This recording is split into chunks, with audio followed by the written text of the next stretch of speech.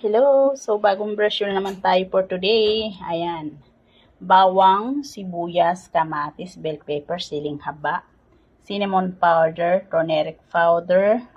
Tapos, naglagay din ako ng curry powder, paminta, star anise.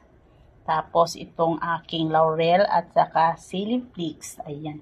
So, guys, pinaghalo-halo ko na siya. At naglagay ako ng oregano powder. Ayan. So, ito guys ang aking chicken. So, inano ko muna siya guys. Binabad ko kasi frozen. So, binabad ko muna siya.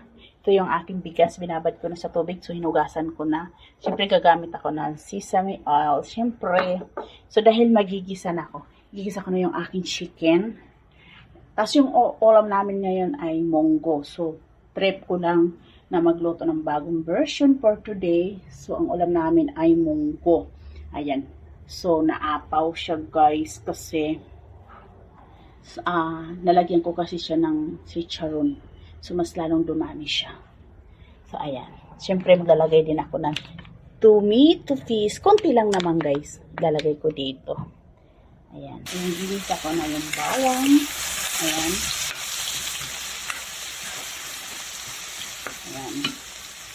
Pag brown siya guys, pwede natin isunod yung sibuyas. Guys, nilagay ko na yung bigas. So, sakto lang to guys. Ayan.